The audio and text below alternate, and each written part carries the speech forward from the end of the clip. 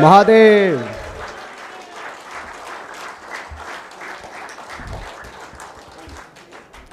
बहुत बहुत धन्यवाद आप सभी सज्जनों, देवियों और मित्रों का।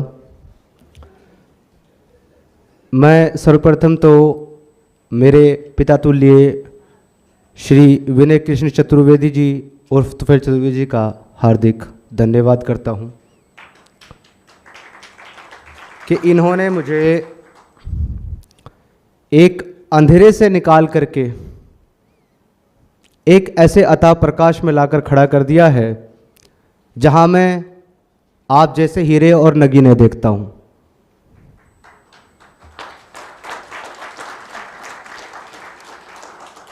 और इनका स्पेशल धन्यवाद इसलिए भी करना चाहूँगा कि वर्ष 2018 के अंत में जब मैंने ये घोषणा की कि आज से मैं मुस्लिम नहीं हूँ और मैं इस्लाम धर्म को नहीं मानता, तो उसके बाद से काफ़ी समय तक मैं छुप कर के काम करता रहा, क्योंकि जैसा कि दादा ने बताया कि एक मुर्तद को ये कहने की इजाज़त कतई नहीं है कि आप 1400 वर्ष पूर्व आए एक, माफ़ी चाहता हूँ ऐसे शब्द का मैं प्रयोग कर रहा हूँ, माताएं बहनें भी हैं, लेकिन मैं मजबूर हूँ क्योंकि उसके लिए मेरे पास ऐसे ही वक्त, ऐसे ही जो वर्ड्स हैं, ऐसे ही शब्द हैं, क्योंकि उसके कृत्य ऐसे हैं। तो 1400 वर्ष पूर्व एक बलात्कारी व्यक्ति जो आया था, जिसने पूरे संसार को एक ऐसे अंधकार में डालने का काम किया, अपनी काम इच्छा को पूर्ण करने के लिए ऐसी ऐसी शिक्षाएं दी कि आज उसको मानने वाला प्रत्येक व्यक्ति माता और बहनों को खेती समझता है और उनको केवल इस्तेमाल की, प्रयोग करने की वस्तु समझता है और उनको मारना और पीटना अपनी मर्दानगी समझता है। जब ये चीज़ें मैंने गौर की तब तो मुझे आभास हुआ कि यह व्यक्ति ईश्वर का कोई दूत, प्रॉफिट तो होना तो बहुत दूर की बात, ये शायद अगर हमारे आज के समय में हुआ होता तो शायद इसको 3 बार फांसी दी जाती।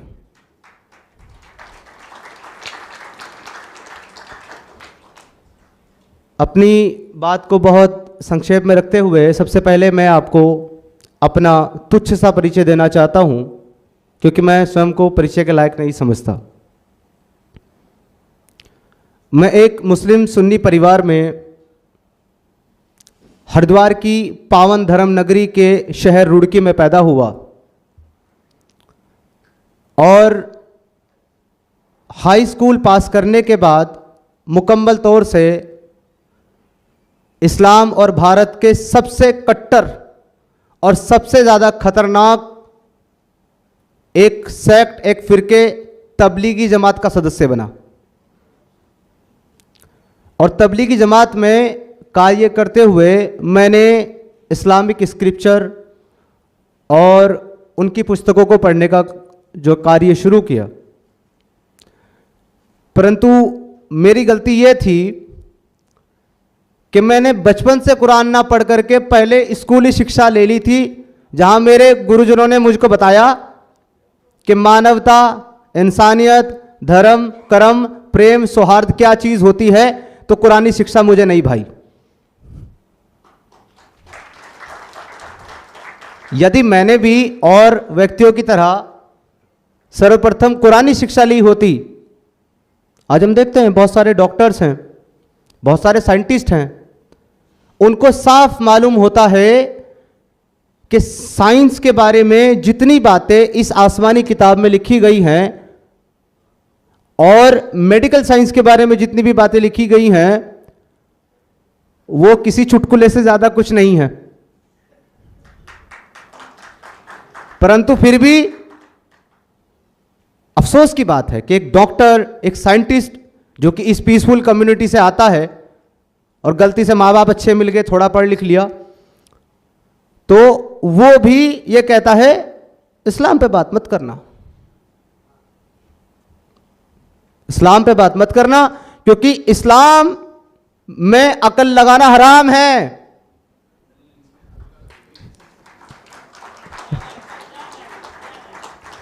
इस्लाम में अकल लगाना हराम है। एक आलिम, एक स्कॉलर गुजरे हैं इस्लाम के, तला साहब, वो अपनी पुस्तक में लिखते हैं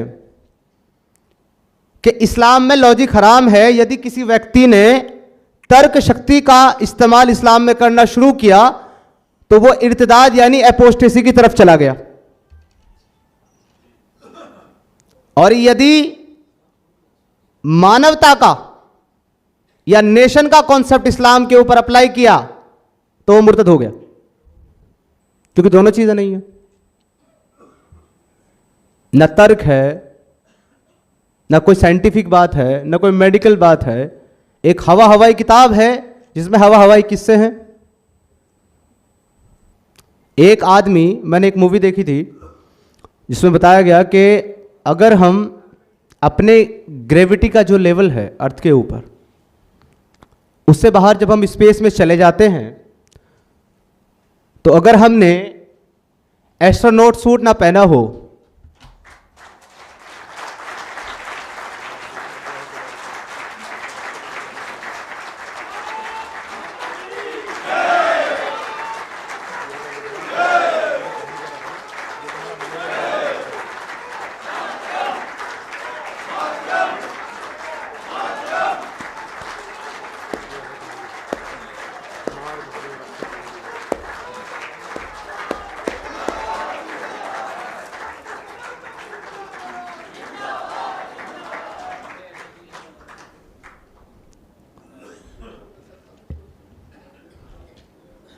बहुत बहुत धन्यवाद हमारे गुरुजी, स्वामी जी, यति महाराज जी का, और आप सभी का भी।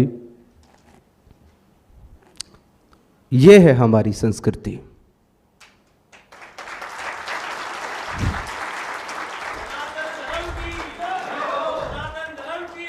जय जय, हर हर महादेव, जय हिंदू राष्ट्र। तो देवीय सज्जनों, मित्रों, मैं एक चर्चा कर रहा था कि साइंटिस्ट ने बताया कि अगर आप स्पेस के अंदर विदाउट एस्ट्रोनॉट सूट चले जाए ना तो आपकी बॉडी फट जाएगी, क्योंकि ग्रेविटी लेवल है नहीं, तो आपकी बॉडी फट जाएगी। मैं सोचता हूं 1400 साल पहले एक व्यक्ति गधे पर बैठकर कैसे चला गया।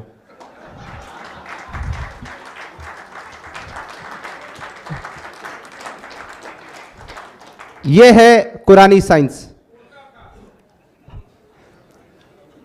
हमारे साइंटिस्ट बताते हैं कि हमारी पृथ्वी जो है वो गोल है, राउंड अर्थ। मुल्ला कहता है अर्थ इज फ्लैट, कुरान कहता है अर्थ इज फ्लैट। हमारे साइंटिस्ट कहते हैं हमारी अर्थ रोटेट करती है।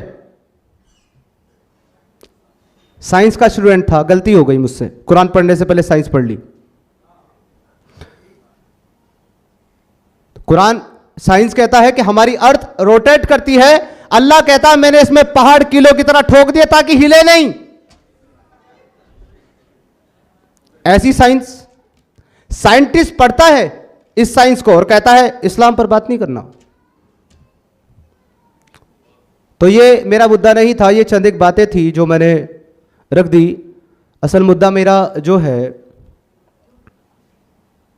कि क्यों मैं एक्स मुस्लिम होने के बाद और फिर सनातनी बना, तो इसका केवल और केवल एकमात्र उत्तर है मानवता और जीव मात्र का कल्याण।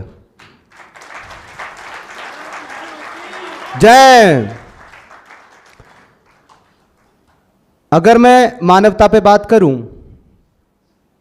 सनातन धर्म जो है वो एक इतनी बड़ी शाखा है कि एक तो क्या, कई जीवन लगा करके भी आप सनातन धर्म को पूर्ण रूप से समझ नहीं सकते। लेकिन अगर उद्देश्य की बात करें तो उद्देश्य मात्र इतना सा है, वसुधैवाय कुटुंबकम। उद्देश्य मात्र इतना है, जीव मात्र का कल्याण हो, जीव मात्र का भला हो, सब निरोगी रहें, सब स्वस्थ रहें, सबका अच्छा हो। और सनातन धर्म है अहम ब्रह्मास्मि, किसी मोहम्मद की जरूरत नहीं हमें।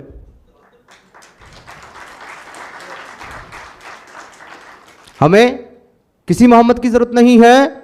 उस परम ब्रह्म को समझने के लिए हम उसी का अंश है, आत्मा और परमात्मा। परमात्मा यानी परम आत्मा, और एक आत्मा यानी कि सीधा सा कॉन्सेप्ट है कि जीवन मृत्यु से परे, बार बार जन्मने वाली, तब तक जब तक के अपने जीवन का उद्देश्य पूर्ण ना कर ले। जिस दिन पूर्ण कर लेगी आत्मा अपने जीवन का उद्देश्य, उस दिन परमात्मा से मिल जाएगी। हमें किसी जन्नत की जरूरत नहीं है, हमें कोई 72 हुरे नहीं चाहिए जो कि बॉडी पर बॉम्ब बांधकर फटने से मिलती हो। केवल मानवता ही सबसे बड़ा धर्म है, और यही सनातन का उद्देश्य है। लेकिन अगर मैं इसके बरक्स बात करूं इस्लाम की, क्योंकि मैं इस्लाम को बहुत बारीकियों से मैंने पढ़ा और समझा, और तकरीबन अपने जीवन के 14 से 16 साल तक मैं तबलीगी जमात का हिस्सा रहा। और आप यकीन नहीं करेंगे कि तबलीगी जमात में जो 10-12 लोगों की एक टीम होती है, उनके ऊपर एक उनका अमीर होता है, जिसको बोलते हैं वो कमांडर। मैं 4-4 माह की 2 जमातों का कमांडर था, और मैंने अपने जीवन में 11 बार 40 दिन करके तबलीगी जमात में लगाए, और 3 बार 4 माह लगाए, यानी कि 4 मंथ 1 टाइम में 3 बार। जी, आपने बिल्कुल सही बात कही। ये आप कह सकते हैं मैंने जाया कर दिया। मैं कहता हूं मैंने सक्सेसफुल बनाया, तभी तो इनकी जड़ें खोद रहा हूं।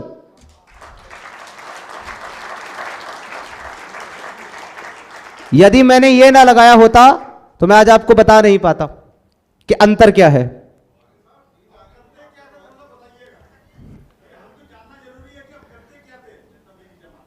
हाँ जी, मैं ये अच्छा प्रश्न है, इसका भी मैं आपको उत्तर दूंगा। तो अभी बात जो है मैं मानवता की कर रहा था। तो यदि इस्लाम में आप मानवता ढूंढेंगे, 6663 आयतें कुरान के अंदर मौजूद हैं। मैं अपने पीसफुल कम्युनिटी वाले भाइयों से पूछता हूं, एक सिंगल आयत मुझे दिखा दें जो मानवता की बात करती हो। एक सिंगल। 6662 आप रख लें, मेरे को केवल एक दे दें, मैं मान लूंगा इस्लाम इंसानियत का और अमन का मजहब। ये चिल्लाते हैं ना, Islam is very peaceful religion, इस्लाम अमन का मजहब है, इस्लाम भाईचारे का मतलब मजहब है। किधर तुम्हारी कुरान में भाईचारा नहीं तो किधर से मजहब है भाईचारे का? केवल एक आयत सिंगल आपको मिलेगी, सूरे अल माइदा की आयत नंबर 32। और बड़े मजे की बात यह है कि दुनिया का हर एक इस्लामी स्कॉलर इसको कोट करते हुए कहता है कि देखो यहां इंसानियत की बात हो रही है। पर जब आप उस आयत के ऊपर गौर करेंगे, क्योंकि उसकी डेप्थ को वो समझ सकता है जिसने अरबी को अंदर तक समझा हो और कुरान को अच्छी तरीके से समझा हो, तो वो आयत भी एक्चुअली इंसानियत के बारे में नहीं, मुसलमानों के बारे में है। वो कैसे, मैं आपको बता देता हूं। वो आयत है, मन अज़ला ज़ालिका कतबना अला बनी इसराइल मन कतला नफ्सिन बिगैरी औ फसादिन फिल अर्ज़, कि अगर किसी ने भी किसी एक इंसान को कत्ल किया 2 गुनाहों के अलावा, यानी अगर 2 गुनाह करता है तो उसमें वो नहीं आएगा। किसी ने भी अगर किसी इंसान को कत्ल किया 2 गुनाहों के अलावा, तो वो ऐसा जैसे उसने पूरी इंसानियत का कत्ल किया हो। वो 2 गुनाह हैं कि या तो किसी का कत्ल किया हो उसने, बदले में कसास के तौर पर उसको मारा जा रहा हो, या फसाद फिल अर्द करता हो, यानी कि जमीन में फसाद फैलाता हो, जमीन में फसाद फैलाता हो। और आपको पता है कुरान के मुताबिक जमीन में सबसे बड़ा फसाद क्या है?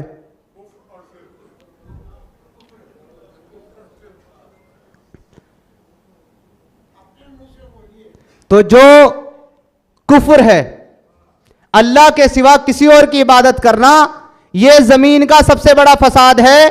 तो अगर किसी कुफ्र करने वाले को मारोगे तो इंसानियत का कत्ल नहीं किया तुमने, यानी मुसलमानों के लिए यह भी मुसलमानों के। भाई मुशरिक कौन होगा? जो अल्लाह के सिवा किसी और की इबादत करे वो मुशरिक, और जो अल्लाह के साथ किसी और को, अल्लाह की बात को ना माने, मोहम्मद को ना माने, वो काफिर। और जिसने कुफ्र किया और जिसने शिर्क किया उसने जमीन में फसाद फैलाया, तो लिहाजा उसको मारा तो इंसानियत का कत्ल नहीं है।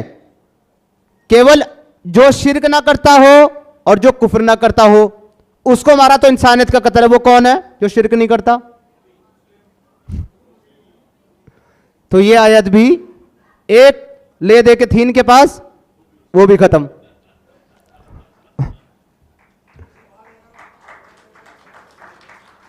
जी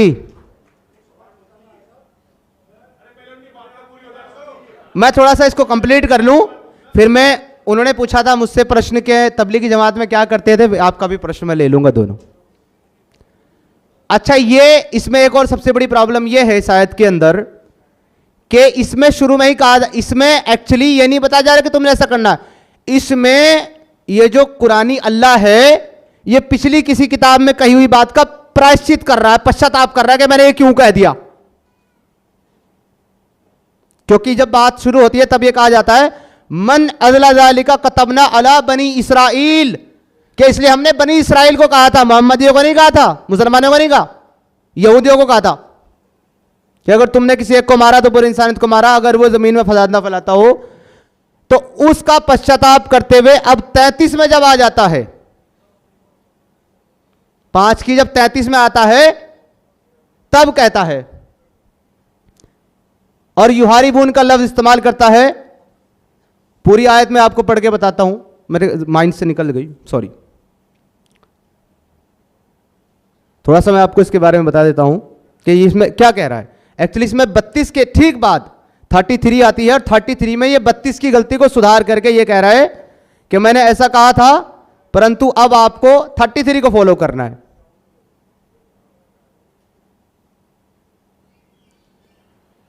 फाइव 33 इसमें कह रहा है इन्नमा जज़ाउल्लज़ीना युहारिबून अल्लाह व रसूलहू व यसअउना फिल अर्ज़ि फसादिन अन युसल्लबू अन तुक़त्ता अयदीहिम, यानी कि और यही है सजा उन लोगों की जो अल्लाह और मोहम्मद के साथ हर्ब करते हैं कि उनको मार दिया जाए, उनको सूली चढ़ा दिया जाए, उनके हाथ पांव अलग अलग साइड में काट दिया जाए, यानी दायां हाथ काटा तो बायां पांव काटो, और बायां हाथ काटा तो दायां पांव काटो, अलग अलग दिशाओं में उनके हाथ पांव काट दिए जाएं, या उनको देश से निकाल दिया जाए, दरबदर कर दिया जाए। ए मोहम्मदियों, तुमको यह फॉलो करना है। बनी इसराइल की गलती मैंने सुधार ली। यह है इस्लाम का पीस। जो भी दुनिया में यह कहता हो इस्लाम इज अ पीसफुल रिलीजन, उसको मेरा चैलेंज है, वो दुनिया का कितना ही बड़ा स्कॉलर हो, किसी भी कंट्री का रहने वाला हो, कैसा भी मुसलमान हो, वो आए इस टॉपिक पे मेरे से डिबेट कर ले। अगर उसने साबित कर दिया Islam is a peaceful religion, Islam is a peaceful religion, तो मैं वापस अपने सारे साथियों के साथ इस्लाम कबूल करने को तैयार हूं। अगर वो नहीं कर पाया तो उसको सनातन धर्म एक्सेप्ट करना पड़ेगा।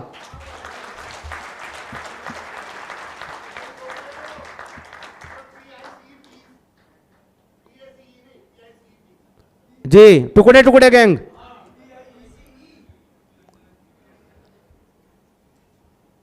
तो मित्रों, सर्वप्रथम बात यह है कि जब ये पीसफुल कम्युनिटी, पीस नहीं, पीसफुल कम्युनिटी भारत में हमारे आक्रांताओं के रूप में आई और इन्होंने आक्रमण किए, तो इन्होंने पूरा पीस दिखाया। इतने पीसफुल थे कि मैं हरिद्वार नगरी का रहने वाला हूं, जैसे कि मैंने आपको बताया। वहां पर बाबा जी तैमूर लंग आया था। तैमूर लंग जो था वो उसने वहां पर हमला किया था और हमारे हरिद्वार की जो इंस्टीट्यूशन है वहां पर आज भी वो हिस्ट्री आपको मिल जाएगी लिखी हुई। एक दिन में 1 लाख से ज्यादा सनातनी हिंदुओं का सर काटने का काम किया था तैमूर लंग ने केवल हरिद्वार में। और जो बचे थे वो डर करके इस्लाम कबूल कर लिए थे। मेरे अपने एंसेस्टर भी उन डरपोकों में से एक थे।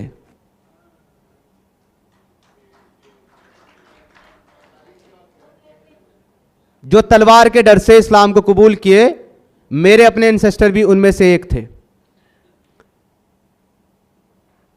मैं केवल इस मंच के माध्यम से मेरा यह संदेश देना चाहता हूं, यदि मैं आपको अपनी बात बताऊं तो मैं अपने मुसलमान भाइयों से नफरत नहीं करता, मुझे उनसे हेट नहीं है।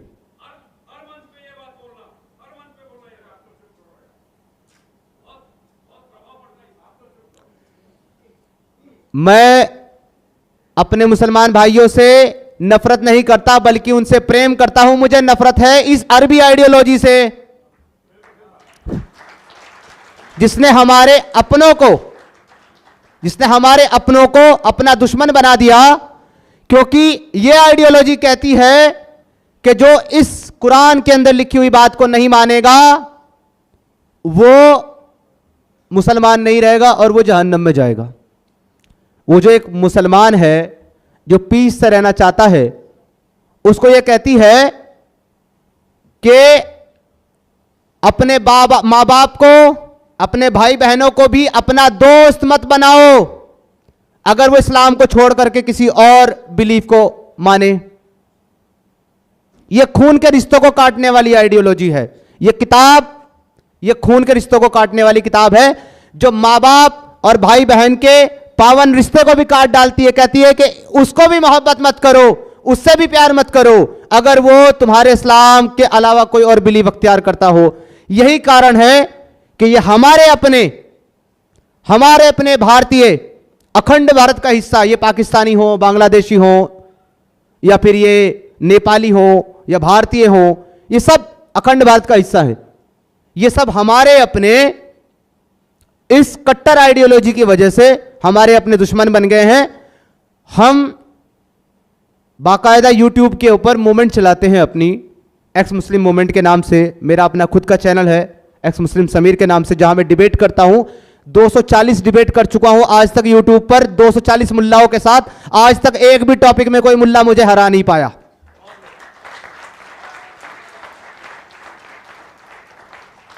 और टीवी चैनल्स जितने भी हैं, न्यूज नेशन हो, इंडिया टीवी हो, सब जगह जाकर के हमने जो है इन मुल्लाओं के छक्के छुड़ाए हैं।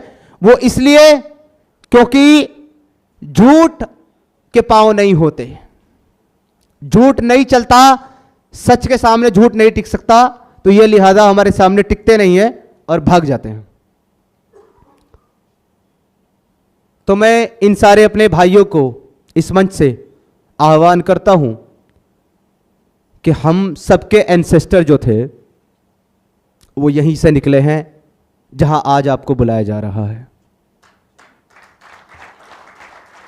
तो लिहाजा आप इस पर गौर करें कि आपको ये पीस वाली आइडियोलॉजी चाहिए या आपको ये वसुधैव कुटुंबकम वाली आइडियोलॉजी का धर्म चाहिए। केवल दुनिया में अगर कहीं पूरी मानव जाति की और पूरी मानव जाति के कल्याण की बात होती है, वो केवल और केवल सनातन धर्म है। इसके अलावा दुनिया में कोई धर्म नहीं है। जय श्री राम। बहुत बहुत धन्यवाद आप सभी का सुनने के लिए। और मैं इस कार्यक्रम के आयोजनकर्ता सभी समिति को और माननीय तुफैल दादा को और स्वामी जी को और सभी मौजूद यहाँ पर व्यक्तियों को बहुत बहुत आभार कहता हूँ और धन्यवाद कहता हूँ कि आपने मुझे यहाँ पर बात रखने का और बोलने का मौका दिया।